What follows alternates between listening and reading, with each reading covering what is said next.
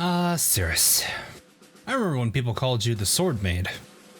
I'm sure that name still is around, but those were days long past. Actually, that reminds me of how people used to tell me that I needed a special toucher. And now I feel like I need to go and bonk the comments section again. Between that and the two skins everyone goes crazy over on her, you have to wonder how she feels about... Sirius をご所望でしたら... No. そうですか。申し訳ございません。 As you might have guessed it, the first of many Dido class make their debut in the spotlight today, and starting with a sword maid herself, HMS Sirius. There are a good number of light cruisers in the Royal Navy, so Sirius has a bit of work to do in order to really shine against all the others within her own faction. That said, for this particular review, we'll compare her against the head maid Belfast directly. No, this won't be a best maid review, because most people would probably give the Road to El Dorado response. Both is good. Anyway, let's start right off with Sirius's survival stats. Sirius boasts pretty much a 3.4k health pool, which, while it loses to Belfast, is about average among all SR light cruisers.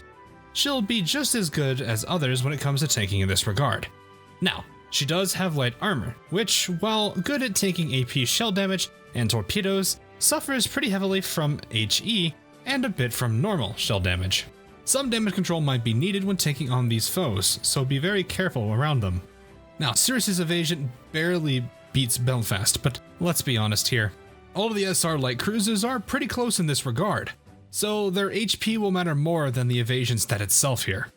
As for her anti-air, she actually has a pretty solid anti-air stat that well surpasses Belfast, and actually to a degree competes with some of the Eagles.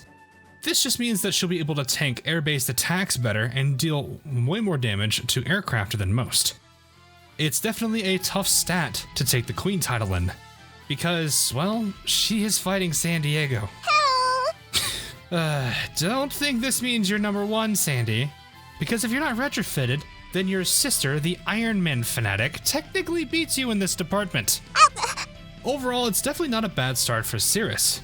Definitely shows she's a bit more anti-air prone than the head maid herself, but let's see how things are on the offense side of things. As for the offense side, Sirius's firepower loses to Belfast and actually most of the Royal Navy. While this means that she will not be as strong in gun damage among her peers, she's actually about average across all the factions. Now, she is a torpedo cruiser, but even then, her torpedo stat loses pretty badly to Belfast. I'm not gonna lie on it, but this is probably the lowest among all the SRs. And the closest to her at that point is San Diego. Well, that's just not number one material.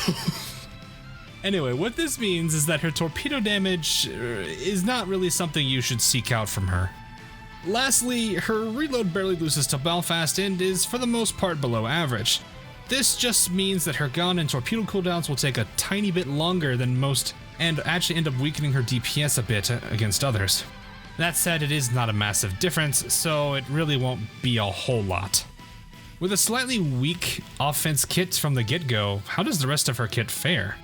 Well, another downside of being a torpedo cruiser is that she doesn't get an additional main gun mount. Instead, an extra torpedo mount is what she gets. And this does to a degree negatively affect her DPS compared to most gun cruisers. That said though, her efficiencies can definitely make a difference, so let's see how they are.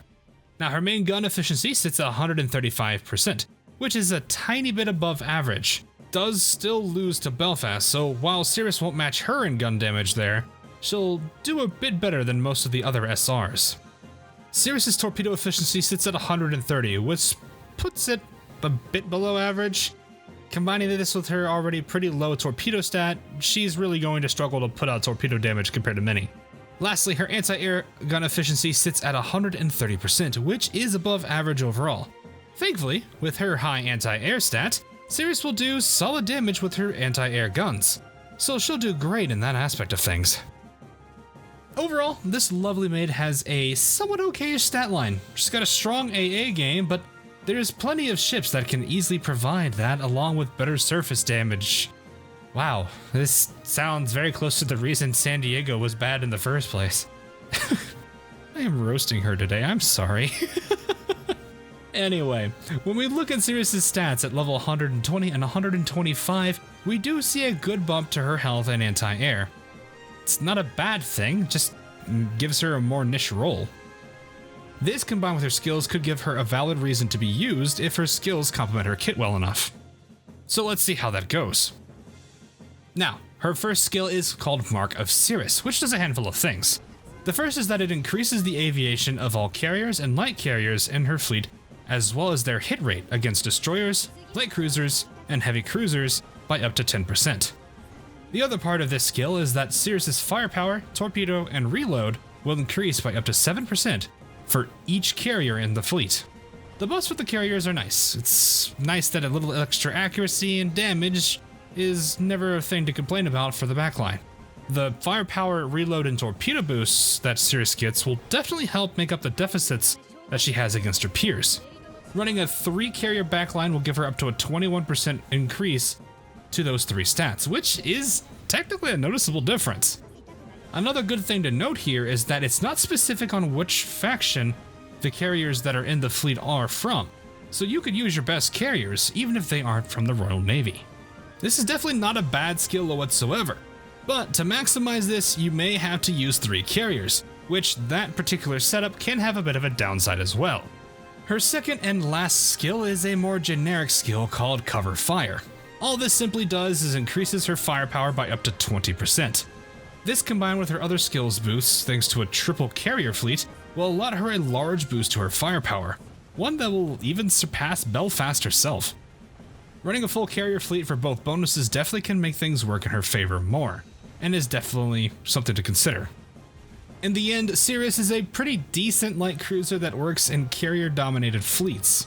With carriers all by her side, she can deal considerable damage as a light cruiser. Her anti-air combined with this also allows her to help with planes. But if we're going to be honest here, if you're running a triple carrier backline, that might not be a major issue in the first place. Of course, next comes the real question. Mob or Boss Fleet Vanguard? Well, this will depend entirely on the fleets that you have in general, more so than just your skills and kit. If your fleets are particularly carrier dominated, then this might help to have her among your Vanguard there. That said, there are a handful of Vanguard ships that have a much stronger carrier buff than what Sirius offers. So if you have a fleet that could work with her and her kit, then she might not be bad to bring along. She can definitely work in both a mob and boss fleet scenario, but with how there are better ships than her for the CV buffs, mob might be the better choice nowadays than boss. Of course, if you're a newer player, she's still going to do decently no matter where you put her. That said though, she is a very lovely ship girl, and maybe even a waifu for you. Regardless though, I'm gonna keep a spray bottle close to me whenever I'm around her. And that will be all for Sirius. Hope you enjoyed this and that it helps you in your future endeavors. Up next, I'm taking a quick break to cover a recent retrofit that came up, and that's unicorns. So look forward to the shorter vid when it comes out. Whether you're a regular viewer or a patron supporting the channel on Patreon, thanks for watching, and I'll see you guys all again real soon.